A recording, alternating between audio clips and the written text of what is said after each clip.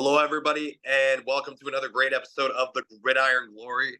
Tad and Will here to bring you exclusive all season long coverage of all 32 teams in the NFL. And right now, we have for you the Chicago Bears and the Jacksonville Jaguars. They won in the London games over there in London, England, 35-16. Jacksonville now falls to 1-5, and I mean, we'll get to the Bears in a second, but we try to offer empathetical perspective of all 32 teams at the same time. Tad and I studied all 32 teams before the season started. So quite literally, let's dive into the Jacksonville. So, this is really more for you Jags fans and talking about what's going on there. So obviously Trevor Lawrence, you draft him. You come in here and it's not all on him. It's just a very disappointing start. Not the start you expected for the Jaguars. Just a lot of inconsistent play all around. Like 1 week Tank Bigsby goes off, and then the next week he doesn't. 1 week Trevor Lawrence looks great, and then the next week he doesn't. It's just like I feel like might be more of a coaching thing, perhaps. It could be bad defensive play. I wish. I'm not sure. I'm not quite sure exactly how many yards were allowed, but to the Bears offense. I mean, let's see. I guess if I'm looking at it here real quick, we can just say.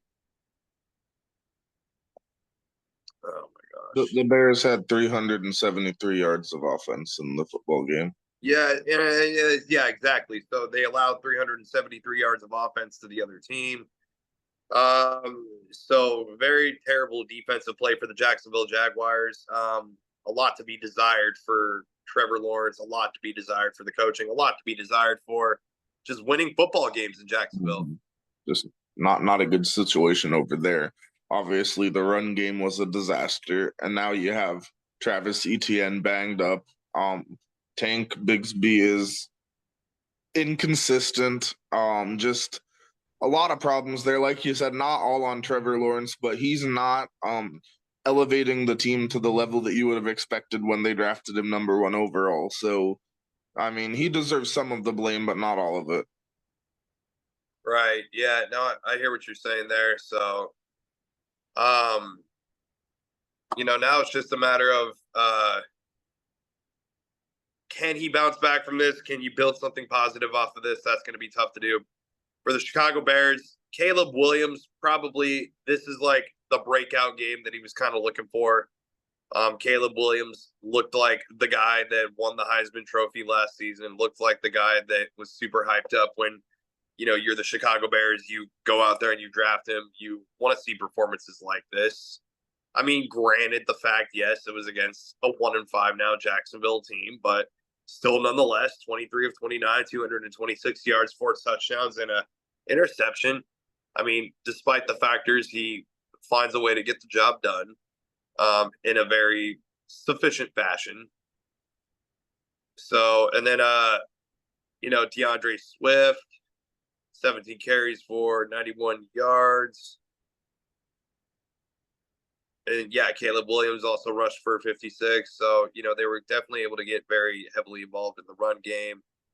And the defense probably had a very solid performance, I would say. You got guys like DeMarcus Walker, 4 solo tackles, a sack, and a tackle for a loss. So yeah, even guys like Montez Sweat, he's a big body up front for that Chicago Bears defensive line. Gets the half sack there with Byron Coward. So, all in all, a tale of two teams. The Bears go out there, they get the job done, and Jacksonville. The Chicago Bears, yeah, just a great performance from them. Caleb Williams went out, did his thing.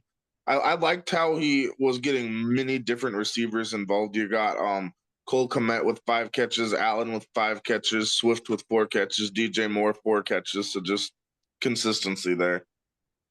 Absolutely. Be sure to like, subscribe, and follow.